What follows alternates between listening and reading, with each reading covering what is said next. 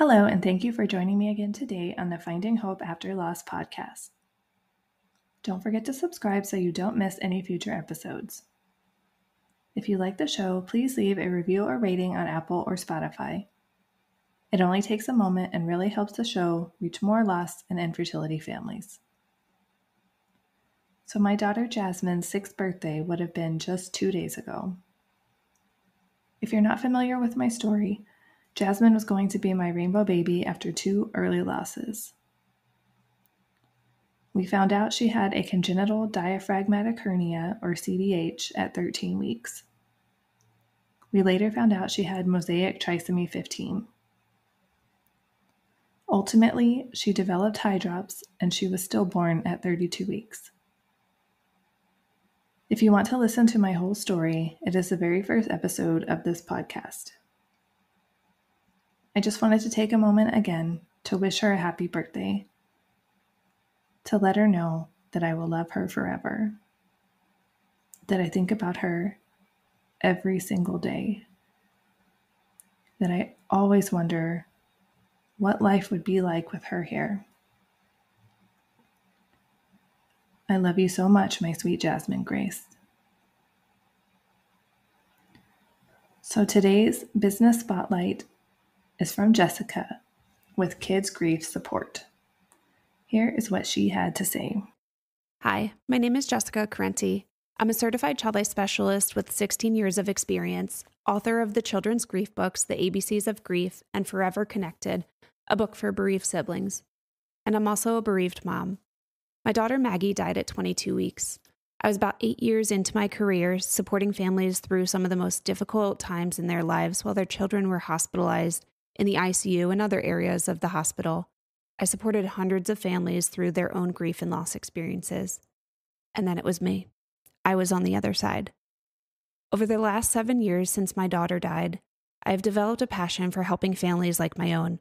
My professional and personal worlds have blended and informs the care that I provide. I opened up a private practice supporting grieving children and families called Kids Grief Support. I see children virtually all over the globe, as well as in person in Baltimore County, Maryland. Families often come to me after the death of a child, spouse, parent, or pet and seek out a supportive place to help their children cope with the experience. Their children are asking really big, difficult questions. Why did this happen? Where did they go? When will they come back? Their parents want the extra help and the support. I often hear, I don't want to mess them up, or I don't want to say the wrong thing, or I can tell they need someone other than me to process this big stuff. All of this is done through play-based therapeutic activities that I engage children in. If you're wondering how to support your grieving child or trying to find services that provide the space for them to process, understand, and cope with their grief experience, then reach out today at kidsgriefsupport.com to schedule your free 15-minute consultation to see if this is a good fit for you. Thank you so much, Jessica, for sharing about your business with us and all of the amazing work that you are doing to help kids work through their grief. Today, I am talking with Katy. Her son was stillborn due to fetal hydrops with no known cause. Katy shares how waiting to deliver was the right decision for her and talks about what it was like after her loss. Hello, everyone. Today, I am here with Katy. Katy, can you tell us a little bit about yourself?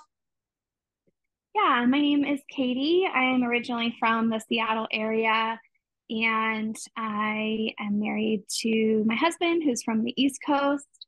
And we now are living in North Carolina and very excited about this new change for us. My husband works in permaculture design, kind of like landscape design, but more aligned with how to work with nature. And for me, I work as front desk coordinator at a nonprofit, helping the community get resources they need, like doctor's visits and dental visits. I'm a mama to our baby in heaven, Angelito, and we have 2 cats that we love so much. And yeah, that's a little bit about me. What do you like to do in your spare time if you have spare time? Yeah. I love to be outside in nature, especially hiking, just even walking on trails, being out in at the park. I actually make handmade cards. And so I used to sell them, and now I just kind of do it for me. And they're kind of like mixed media cards, and I use a typewriter to like type the quotes. And I make those for family and friends mostly now. And I have, what else do I like? I love to cook and bake. So I'm really into like actually like enjoy grocery shopping and prepping food and cooking. And I know that could change, but right now I'm loving it. And I really like to bake as well and share that with other people. Kind of give that away.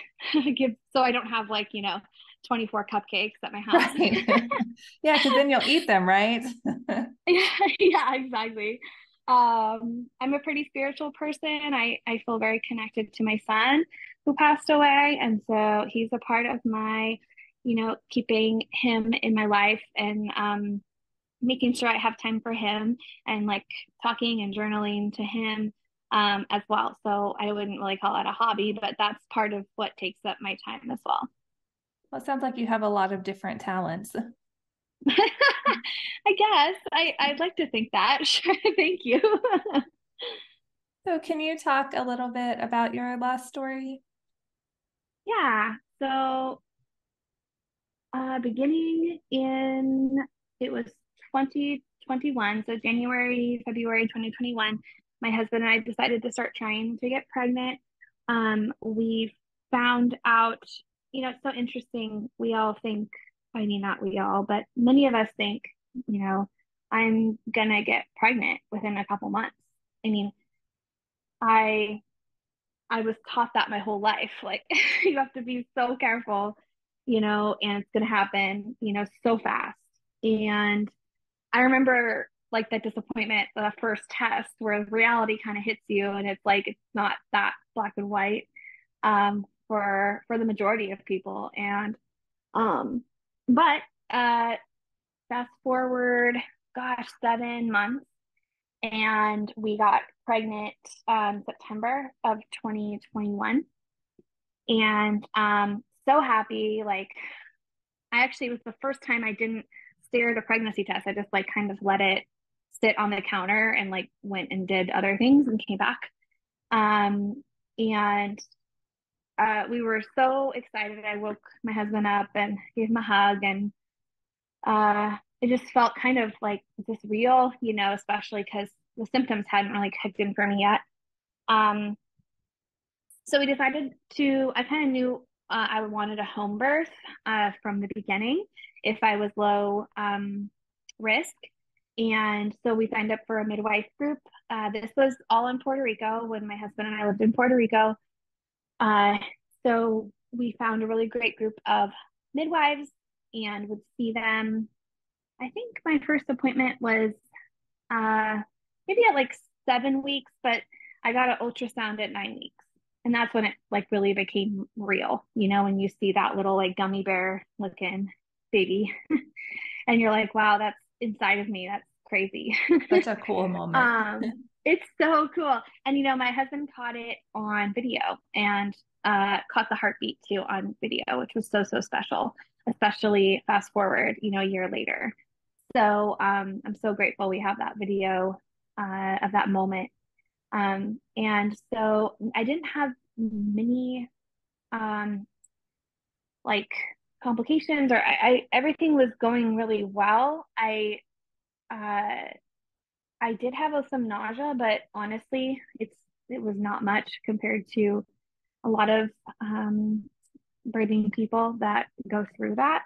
And so I would say it was I never threw up. It was just more of a like I kind of want soup and saltines for a few weeks. And my hardest weeks were 7 to 9. And then it kind of let up after 9. So I was going about I didn't look pregnant. It's hard for me to kind of wrap my head around it still when your body is changing, but maybe not super fast. And I just kept being like, is this like, I can't believe it. Like, I can't believe this is happening. And, and so we had a visit, an ultrasound at 18 weeks, and everything looked good.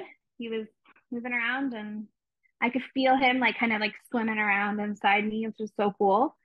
And went home and went about our lives. I was a nanny at the time, and I nannied two young, I think they were 2 years old, um, young twin girls. And I would go on a walk with them in the mornings. And there was this one morning I went on a walk, and I was about 20 weeks. And I I'm not someone that gets like lightheaded or passes out easily. It's just not in my nature. And I had to sit down. My heart rate was like 160 or something. It was really crazy because I was just walking. It was very hot, as it is in Puerto Rico. And I had to sit down. And obviously, I was very scared because my responsibility are those girls. And so I, of course, braked the stroller, sat on the sidewalk, and called their mom. And thankfully, she was home. So she came, and this was just a walk in the neighborhood. So she came right there, and she finished the walk, and her husband drove me back to their house. And I like drank a lot of water and sat down and felt better and was able to drive eventually home. I called the midwives, and they're like, just monitor your vitals, make sure your blood pressure is okay and all that. And we had been given this like at home kit uh, because of COVID through our midwives. So it had like a Doppler, it had all sorts of things in there. Honestly, I don't really remember, but it had a Doppler in there. And I was always hesitant to use it, but I was like, I need to check, and we couldn't find a heartbeat. Now, it actually didn't hit me at that time because I was still pretty early, and I thought, well, they say it can be hard to find sometimes. Like, I'm not as worried about it. And we had a ultrasound the next week, so at 21 weeks. So I felt fine. Like the rest of that day, I just rested and drank a lot of liquids, and I felt fine. And so then we decided we went to our anatomy scan at 21 weeks, and we're mostly focused on not having the ultrasound tech not tell us the gender because we wanted to have that be a surprise. And of course, I knew that, like, they can detect heart, heart issues and, brain issues and all sorts of other factors that can influence the baby's health. However, I wasn't, obviously, as many of us are, prepared for what that day was, which was there's no heartbeat. Um, and we went in, and there's like the ultrasound tech who can't see anything, and so she's just kind of showing us everything. And I'm not noticing anything different because anatomy scans are so different, in my opinion, than like the ultrasounds, especially in Puerto Rico. Like the technology there is kind of behind, and so they have these kind of old school ultrasound machines there that would just be kind of grainy and pixely and hard to see. But when you're at the anatomy scan, it just seems like they have it differently. And I didn't really even expect to hear a heartbeat because I didn't know if that's how it goes. And so the tech said, let me just message the doctor real fast about something. And honestly, really didn't think about it. And the doctor came in, and she's like, hey, do you see this area here? And she was pointing to the heart. And she goes, do you see how there's no like color going to the heart? And we're like, yeah. And she said, and she just kind of got quiet, and Nick had to ask, like, that's my husband, you know, are you saying there's no heartbeat? Which just like broke my heart that he had to say that. Um, it wasn't a situation that I find was handled the best it could have been, but um, she said, yeah, there's no heartbeat. And they found fetal hydrops. It's where there's like, I'm sure it's been mentioned, maybe not, but it's where there's fluid.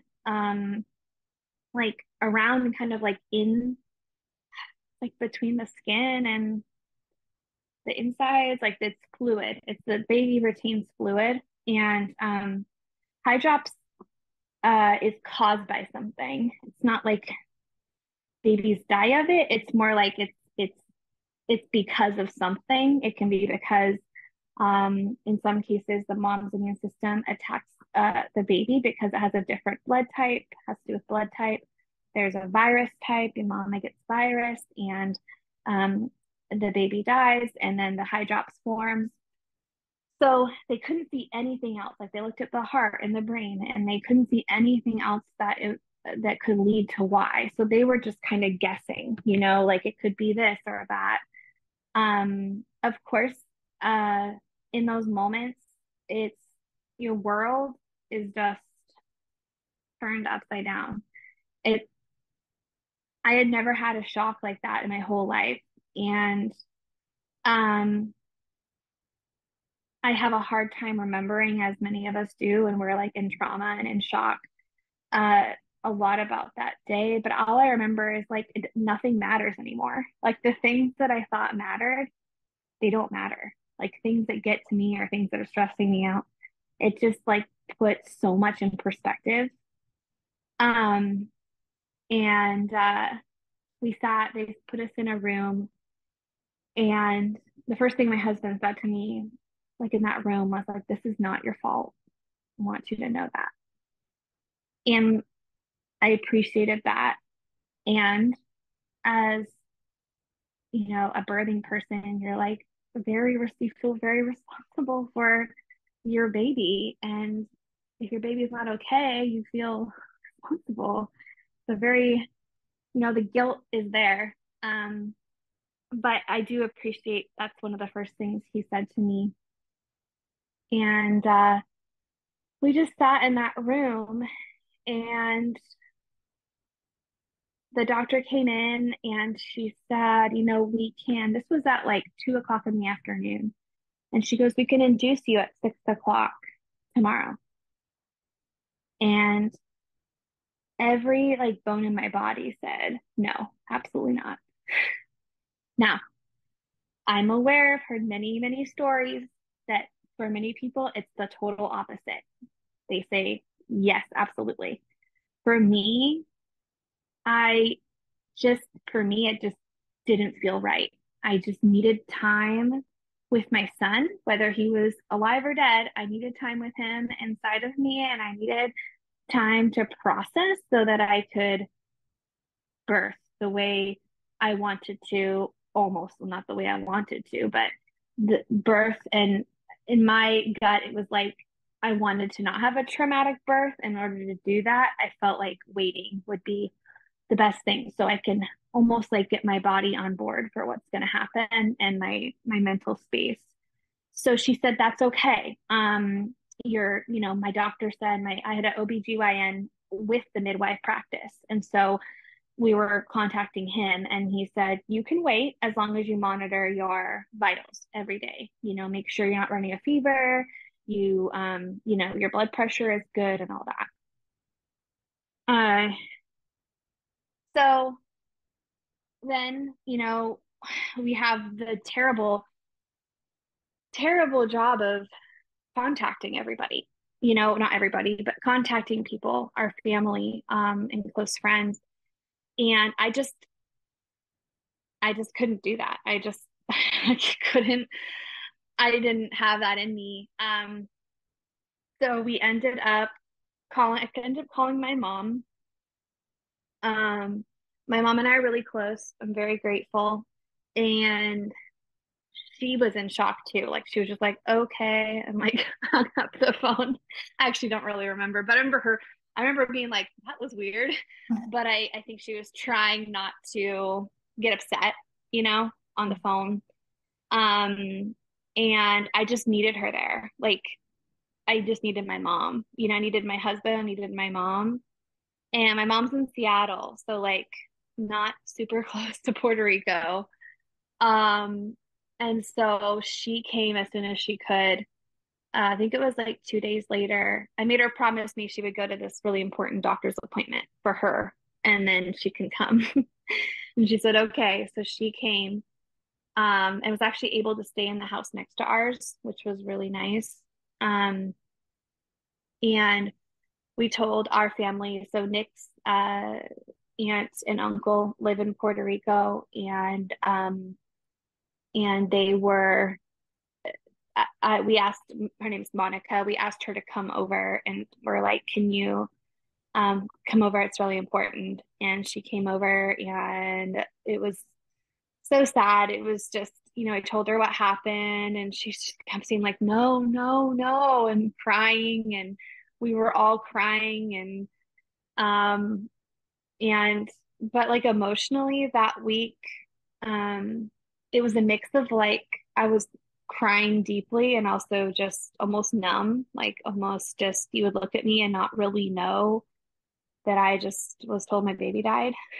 um and my mom finally got there, and I remember I didn't really cry. I didn't really cry. She just like held me, and I remember thinking I should be crying right now. Like, but it was almost yeah, it was just again, you're you're almost numb. You just it's not hasn't really sank in yet.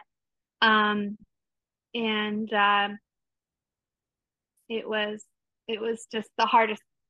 Ended up being a week before I gave birth to my son, but it was the hardest week of my life. It just by far in every way. Um, I would like forget that it happened and then wake up in the middle of the night and just be hit with that news like all over again. And I would just cry, and Nick would just like hold me. There's nothing anyone can do except for just be there. And so he would just hold me in the middle of the night, and I would just cry for, I don't even know. I just cry really hard. And I wouldn't say I am like I'm I'm not an emotional person, and I don't think people who are emotional, I think that's a beautiful thing. For me, it's not. If someone were to describe me, I wouldn't say I'm an emotional person. So it was very like new for me to be experiencing such emotions and like such a depth of grief. I had never gone through anything like this before. And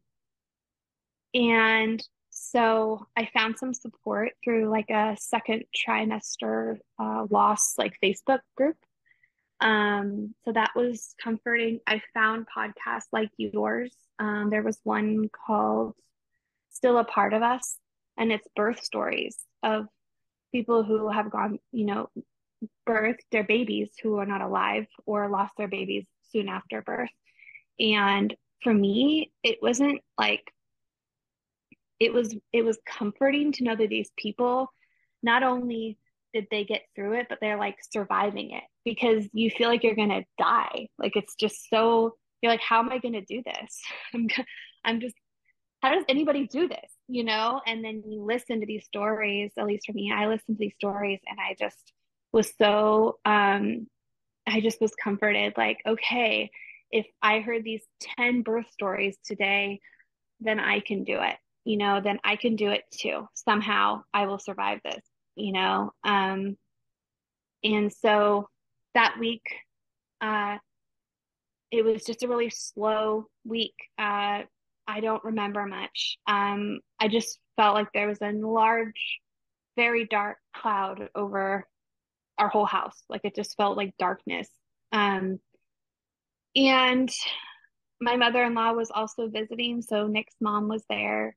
So it was really special to have both of our moms there. And his mom just happened to be there. Like she was just visiting because she used to live there, and she was visiting us and friends. So I had her, we had my mom. One of my mother-in-law's friends who was also there lost her baby. Uh, she found out her baby had died right after birth. So that was really comforting for me too, to learn more about her story and like how she got through it. Um, so anyway, uh, we were supposed to be induced on a Wednesday, and Monday night I started getting very high blood pressure and like pulse. And I kind of just knew, I was like, I think it's time. I think we need to go to the hospital. So high that like my OB was like, you need to just come in and get induced and get tested for preeclampsia. Make sure you don't have that.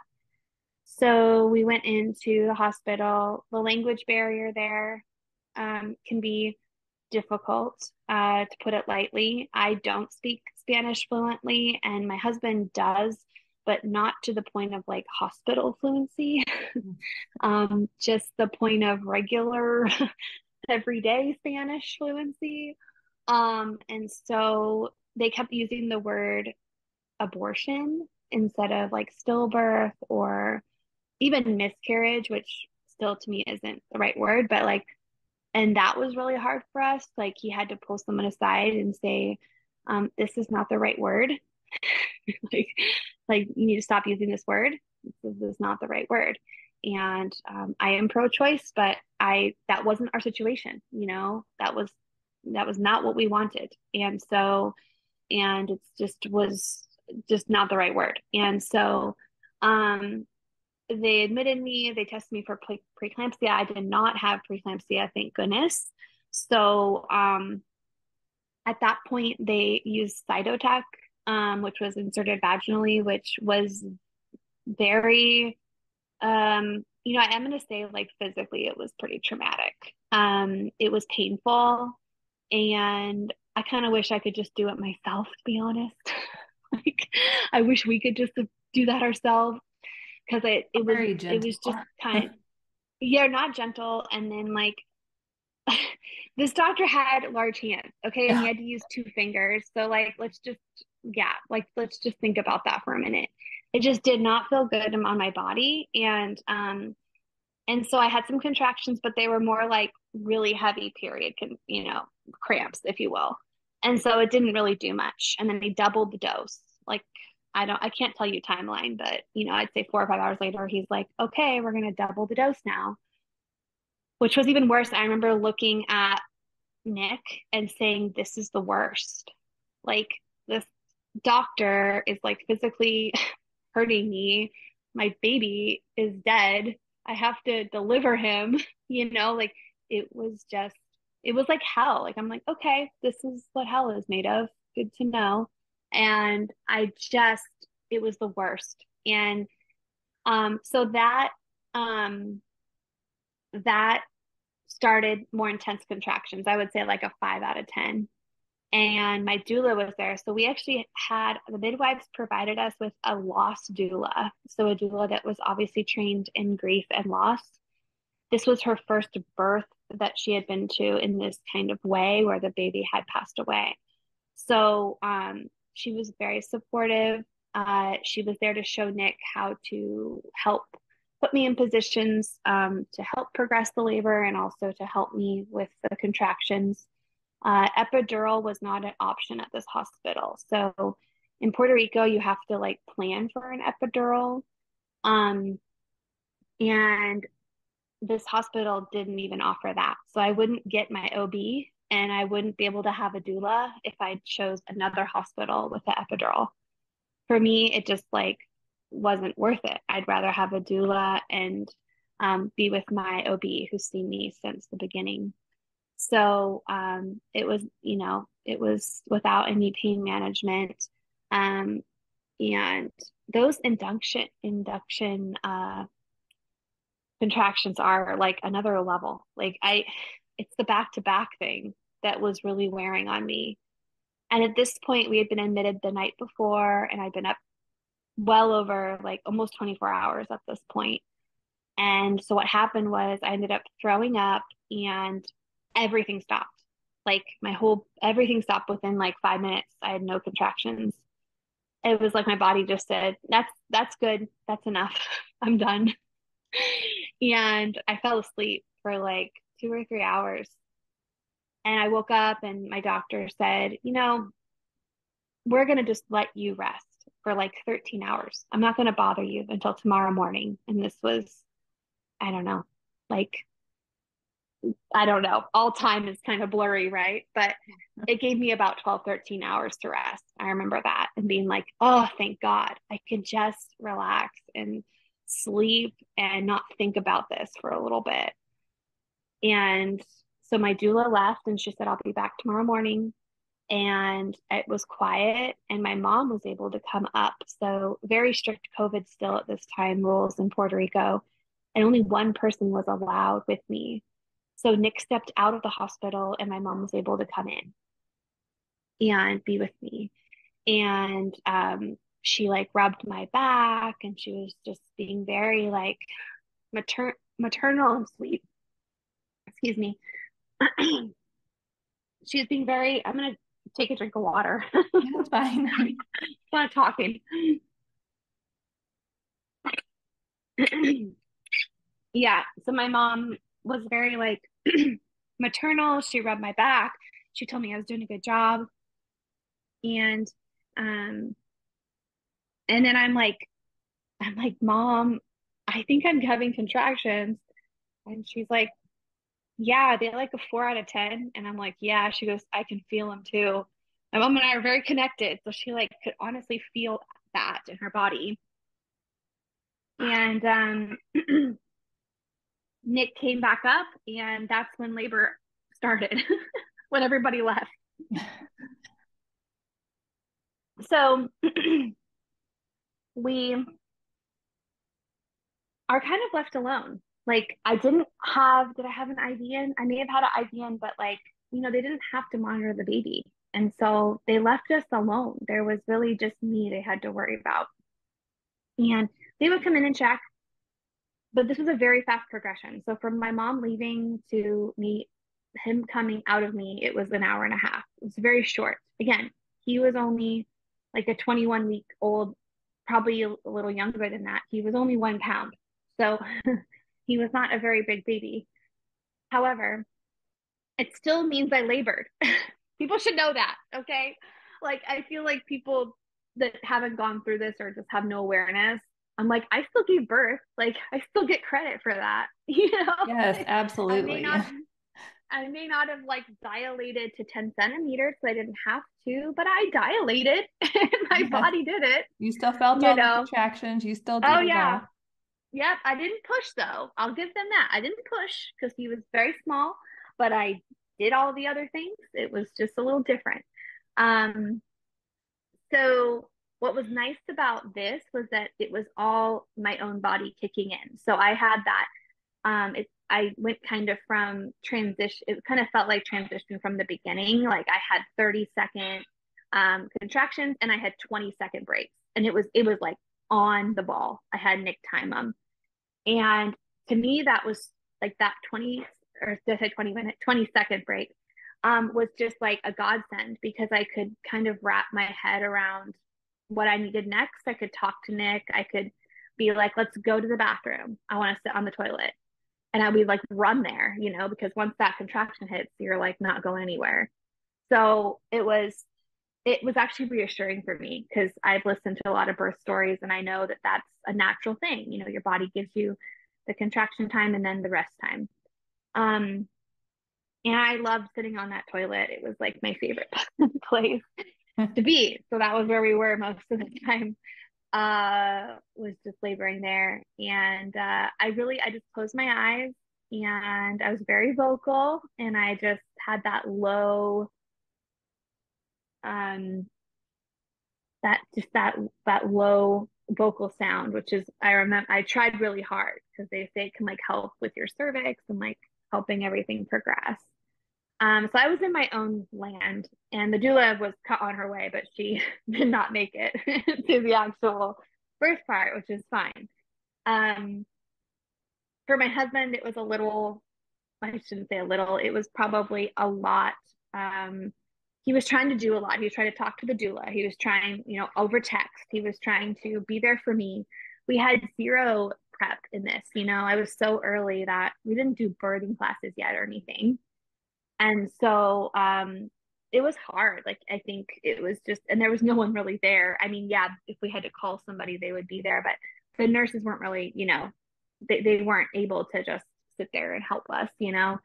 So Nick had, he was dealing with a lot, trying to support me, but only knowing a couple moves. And, but honestly, I just kind of was like, let me do my thing, just be here. Um, and yeah, hour and a half goes by and I throw up and I felt so good after that. I was like, oh my gosh, throwing up. It was like I knew that I was getting close. And I knew that that was what felt good, was that I was just like, yes, we're getting closer.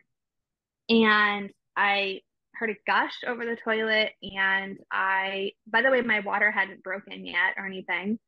And the water, or not the water, apparently it was like not the membranes. Anyway, it was some other fluid inside of me it wasn't the water yet, but fluid comes out. Okay.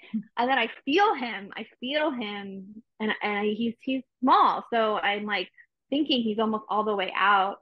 And I like Nick yells for the doctor down the hall. They come in and he's like, I need you to push. I'm like, I don't know what that means. Like, and I'm standing up, kind of trying to stand up, squat over the toilet. And I don't know what I did, but apparently it was fine. He was born breech, so his feet were out first. And then the water went like everywhere, all over the bathroom floor. I mean, everywhere. I'm like, how did I have this much water inside of me? It's insane. But and so anyway, he comes out of me and actually the umbilical cord, like it like snapped. It like, I don't know if it was because of gravity or maybe just because he may have been, you know, not alive inside of me for quite some time. I don't know, but it came off and it snapped. And so he took baby and the doctor took baby. And then he had Nick walk me to the bed and lay down. And uh, and then he gave me a really beautiful gift. And he told me, the doctor said, you're going to hold your baby now. And I was so grateful for that because you just don't know how you're going to feel. It was really hard for me. I was scared of what he might look like. I was scared of um, making the wrong decision, like, and saying I don't want to see him or whatever, and he just said, this is going to happen. Like, you're going to hold your baby. And I'm so grateful for that. He was in a little like knit, like bassinet that was donated to the hospital. And yeah, it was what's cool. And I was that he really did look like his dad. Like he had this little sweet face. And I mean, obviously he has a face, but like your mind doesn't know what to expect, with especially a baby that had been passed away for some time. And because they at the ultrasound they guessed it was about, he passed away 3 or 4 days prior. My gut instinct is he passed away like a week earlier when I was on that walk. um we'll never know, but point is he hadn't been alive in me for quite some time. And so we were warned about what he might look like and how it could be very different than a full-term baby that's obviously alive. So um yeah, his face was just so sweet. And yeah, his skin wasn't like, it was more like red. It wasn't as like, you know, skin color as you would expect. But his face to me looked beautiful and sweet and like perfect, just small. And I just held him and I can't really explain this part. It's a piece of the story that if someone told me would happen, I would never believe them. But when they put him on my chest, I was overcome with peace. I just felt like I was almost in heaven. Like I was in pure bliss, and I know that's not everyone's story. I don't know why. I think for me, I feel like it was a gift from my son. And it was also a reminder, that he is peaceful and that like he is okay. But this feeling lasted way more than just that moment, and people say, oh, your hormones and all that stuff. No, it was a piece I've experienced actually ever since then. But of course, in that moment, it was so strong. And I didn't cry. I didn't scream. I was just, you would think I was like on some kind of like drugs or something. I was just so peaceful. And I loved feeling him on my chest. We all do. We love our babies and we love them on our chest. And to me, it was the best. We only had about an hour and a half, 2 hours with him. And it was the best hour and a half, 2 hours of my whole life, holding my baby. Um, and it might not make sense to people, and it doesn't make sense in my logical brain either. But in my heart and in my like life, that's been my experience. Is I just felt peaceful, and I know that a part of me or all of me died with him. We aren't the same after things like this happen. And I felt like I had gone to heaven and like died and gone with him for that short amount of time. And uh it was just a gift, and it was my experience, for my husband. He was on earth, and he was, realizing that, you know, our baby really isn't alive, and, having what I would call normal responses to that, and I'm over there just like high as a kite. So it was a really, I can't explain it. It's just one of those things that happen in life that you can't really explain, but that I am very grateful for. And um and then they started pushing on my placenta, on my uterus. Oh my gosh, that is the worst. I It was like, leave me alone. This is literally the only time I have with my child. is. However, I was bleeding. And I guess according to the records, I was hemorrhaging. They never said that, but and then you get to get my placenta out, and my placenta was small because I was only halfway through my pregnancy, and so my placenta wasn't coming out. And man, that is that is just so jarring. It wasn't something I expected too, so it was just I wanted them to just get away from me, you know. Like, please stop touching And me. yeah, yeah. And so it would help if I were holding my son while they did that. Like it just helped everything. And then they would like let it be, and then they would come back and check and see if I stopped bleeding or if my placenta was out. And Nick held him and we talked to him, and our doula finally got there and took pictures. So we have some very treasured pictures from that day. Um, but about half an hour after they started pushing on me, they're like, we need to get your placenta out. This is really important because, we just need to, because I was losing a lot of blood. So at that point, I did have peace with saying goodbye to him. Cold cuts were not there at that hospital.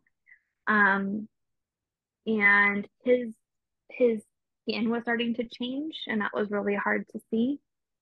And so I decided to say goodbye to him, and so did Nick at the same time. And I just remember the nurse like looking at us like, "Are you sure?" You know? And we were sure, It was like, yeah. And I had to. They ended up sedating me and then taking the placenta out manually. Like my OB went in and just like took the placenta out with his hand, if you will. Um, and so that started our next chapter of like healing from the birth and all that. And so they had me there for about a day and a half because of the sedation to make sure everything was okay. Um, and everything was okay. So we ended up going back home. And about 2 days later, I um, had really, really fast heart rate, high blood pressure, And I also had a panic attack, which I had never had in my whole life. Um, and so we went to the ER close by, not our doctor. Our doctor that at the hospital we were at was about 45 minutes away. So we went to like one that was about 20 minutes away to see if what was going on. And they're like, yeah, your white blood cell count is elevated slightly, but like it's probably just, you're just going through a lot of stress and you've had a lot go on. He's like, just go home and, get rest and make sure all the things the doctors say. And so we're like, okay. So went home and I ran a super high fever the next night. Like I think it was 103 or 104.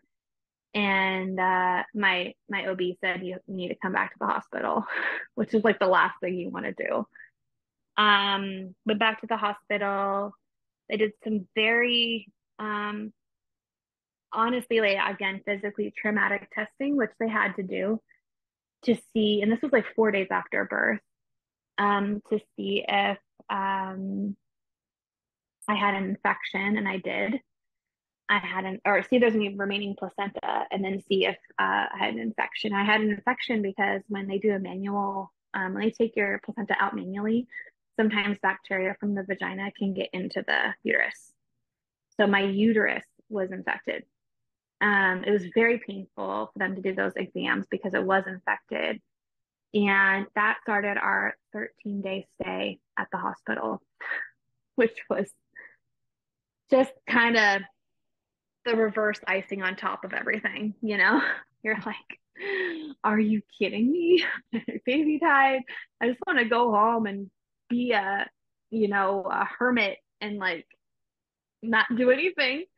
But here I was, Nick and I were at this hospital. They had me doing, so my hemoglobin was really, really low because of what happened. It was like down to a 7, which some hospitals will do a transfusion. This one did not, but they gave me an iron IV. They also did antibiotic IV. They did saline IV, constant liquids going into my arm. My antibiotic was 3 times a day. And so it was a very like serious, it's an infection they need to address soon. And so they took care of me there. And Nick and I just did the best we could. It was pretty, I don't know how to describe it. It was, besides losing our son, it was one of the hardest things we've had to do is to be in that hospital because I couldn't see my mom. She wasn't allowed in. And so my mom was here, there in Puerto Rico with us, but she wasn't even able to see us, which was so hard. And I had no energy. I was sick. Like I was really sick and I was just kind of a fraction of myself. I kind of felt like I wasn't really on earth a little bit. I was just kind of existing for a little bit until my body got better. And it took me a long time to get there. Uh, and we finally made it on the other side, and we were so I couldn't believe it. I was like, thought I'd live in the hospital forever. You're there for every day, and they kind of kept telling us like, okay, maybe you'll be out tomorrow, maybe you'll be out tomorrow, and it would never happen. And it was just like, oh my gosh, we're never gonna get out.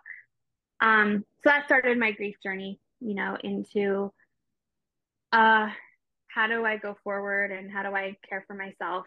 One thing I did that was so incredibly helpful was my cousin was in charge of my baby shower virtually. And I messaged her the day we found out. And I said, first of all, do not send baby shower invites. Second of all, can you write a letter as to what happened and tell people so that I don't have to say anything to most people? And can you ask them to like pray for us? To we're happy to get cards. We didn't ask for cards, but we're just like, here's our address. Like, if you want to pray for us, please do. If you want to help us contribute financially to cover, the unexpected cost and also just the time we want off, then here's our like PayPal. We got like probably $6,000 for to help us not work, for me to get like treatments to help heal. Like I got acupuncture once I was home, just like just stuff that everyone deserves after that. And additionally, people are praying for us, which is equal to that, if not more, And looking back, I'm realizing how much that helped. That helped us heal.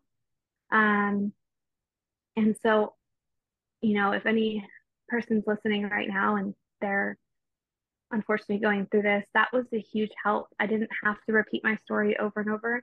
And for people that wanted to help us, they were able to help us how they could, and then they felt less helpless.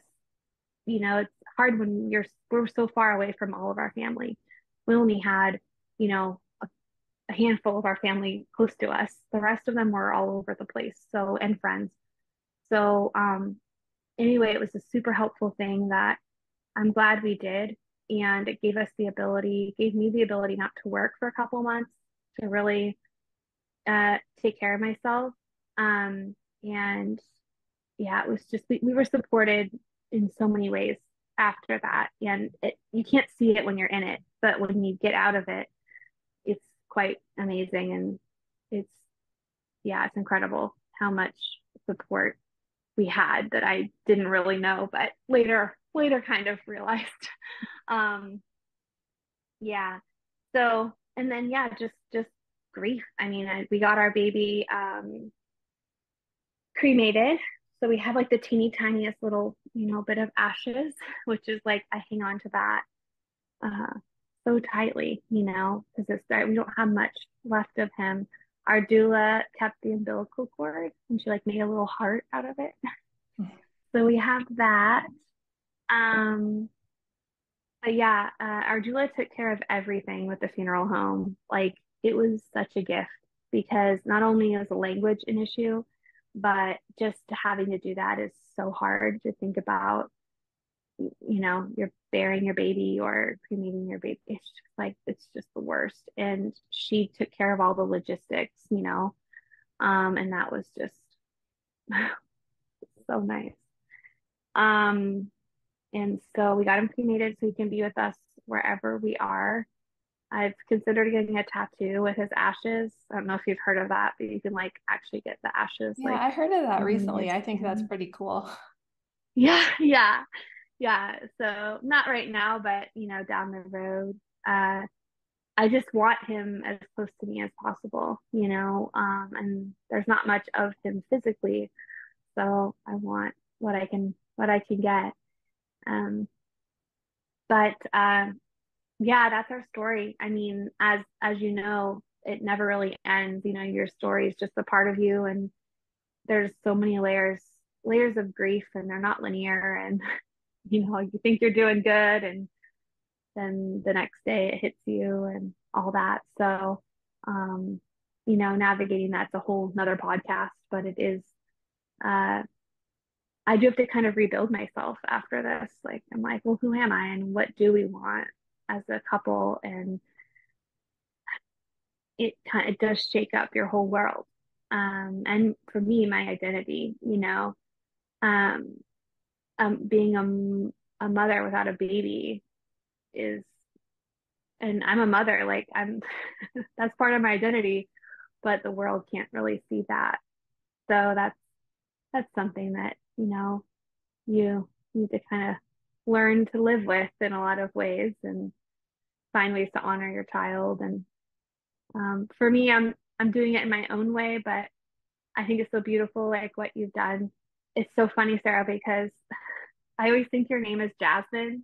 Like I know it's your daughter's name, but in my brain, I'm like, who's Sarah? Like for the little podcast alert. I'm like, oh my gosh, no, it's not. Like I almost think of you guys as like one, I as surprisingly have that one. happen a lot where people call me Jasmine. Yeah. Yeah. Yeah. I mean, but she's such a part of you and she's such a part of your journey. And yeah, it's almost like my brain has integrated her name with yours almost. So, but Well, it's I'm beautiful certainly to okay with see. that. Yeah, yeah, and just to see, I followed you in your pregnancy, with, I'm so sorry, your most recent daughter, Olivia. Olivia. Yes, I forgot her name. Which was so inspirational to see. That was when I was like deep in my grief, and it was hard for me to see pregnant women. However, um, if you had been through a loss, it wasn't hard for me. Like it was almost like, oh, like she gets it, you know?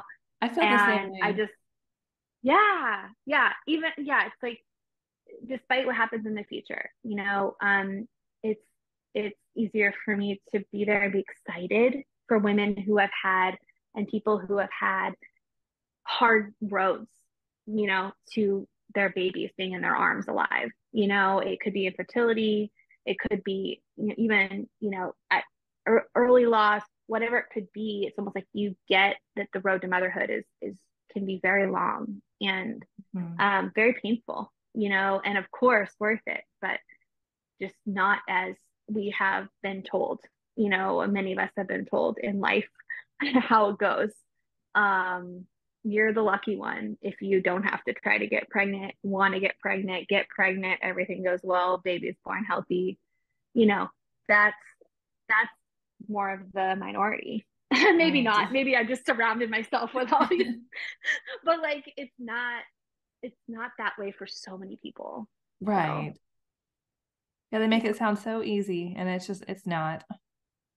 It's not. And you crave, like I crave people that understand it to some degree. No one will ever understand our exact journey. That's our journey. And however, like there's this wound that we all share of like my arms are empty for this child that I want so badly to hold and be part of my everyday life, physically. So there's that, like that similar wound, and it does bring hope, to see that women have people have survived this, first of all, Yeah. and that they have gone on to have healthy, babies that are earthside.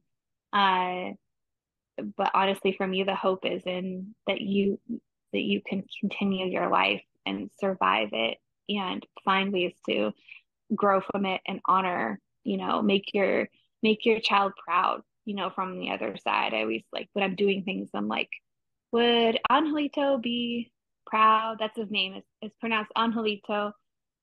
It means little angel in Spanish, and Oh, his I middle love name is it. Grace. Thank you. Yeah, his middle name is Grace. Because in my pregnancy, I'm kind of type A, and I like, oh no, I like had some Cheez-Its. Is that okay for the baby? you know, and I'm very hard on myself. And I'd hear his little voice be like, "It's fine, I'm fine," like it's okay. Give yourself some grace. So he He's probably like, continues. okay, I'll have some more Cheez-Its now. Yeah, exactly, exactly. Yeah, and so yeah, it's just he's always given me grace. So Nick named him his first name, and I named his middle name.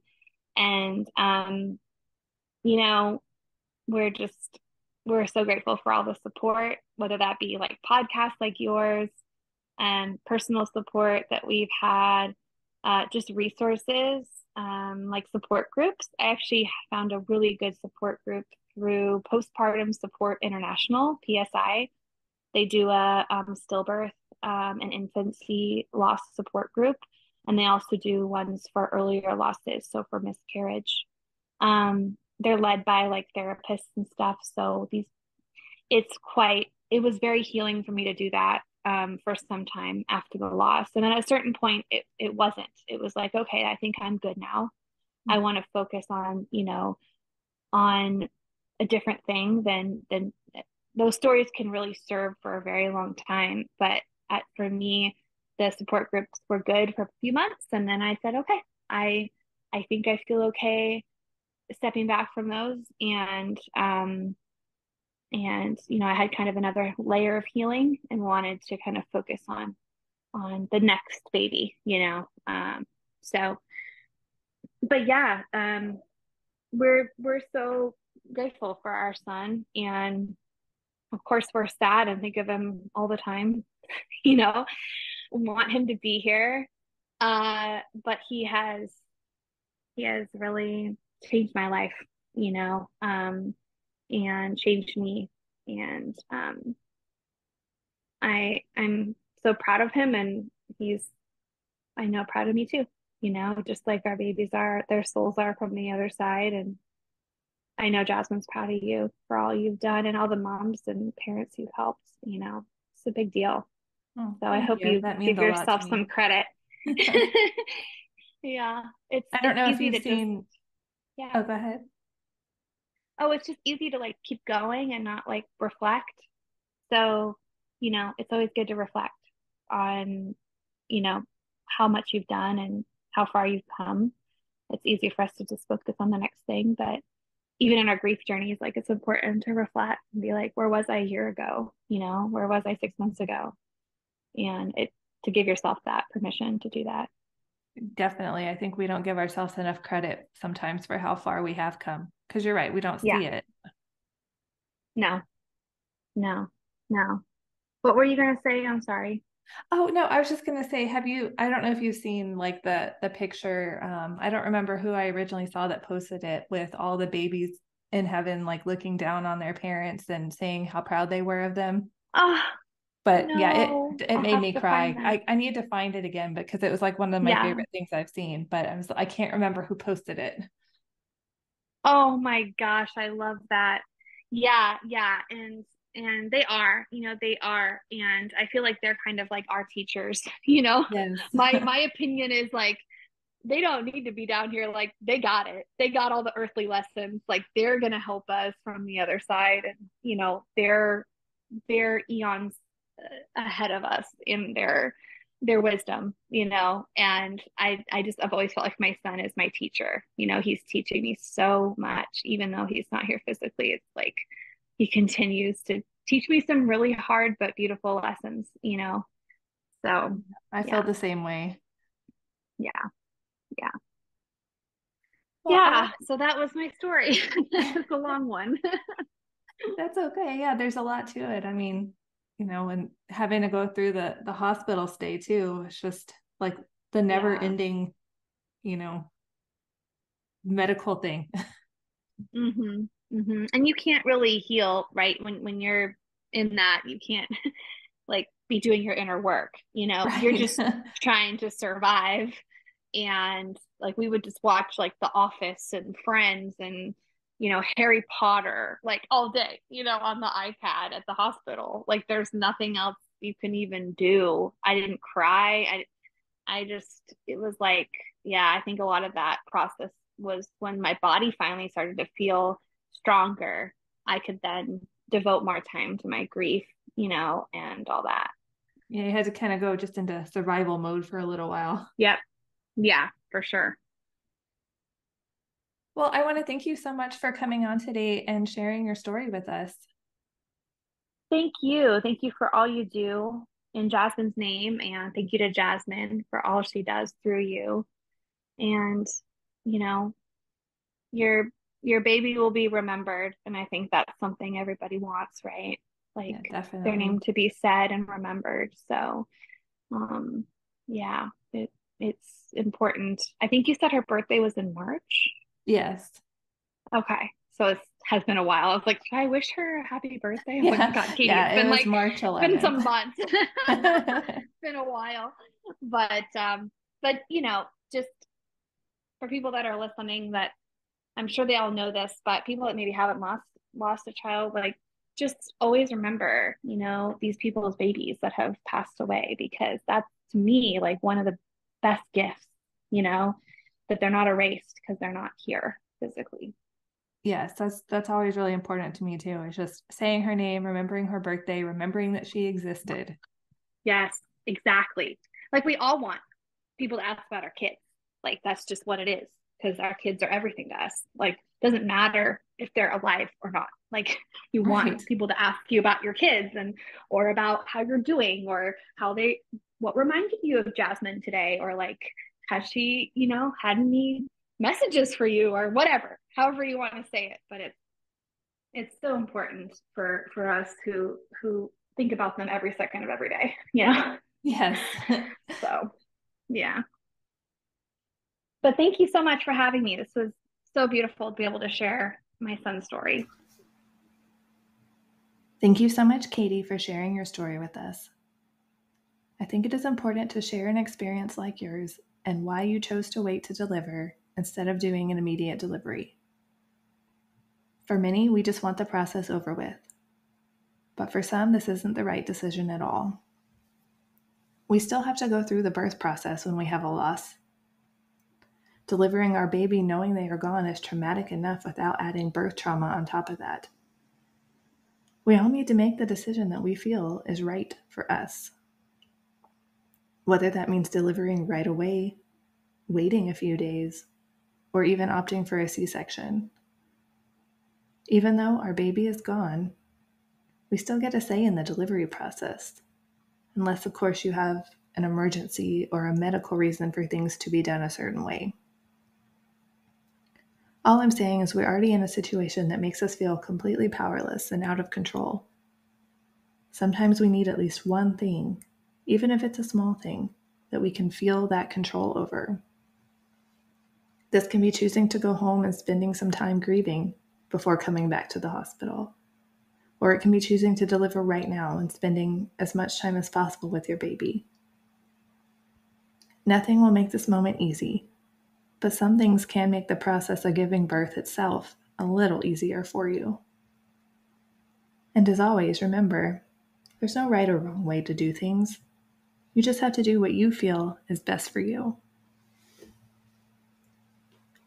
Don't forget to subscribe so you don't miss any future episodes. If you like the show, please leave a review or rating on Apple or Spotify. It only takes a moment and it really helps the show reach more lost and infertility families. Thank you so much for tuning in, and remember, we are all in this together.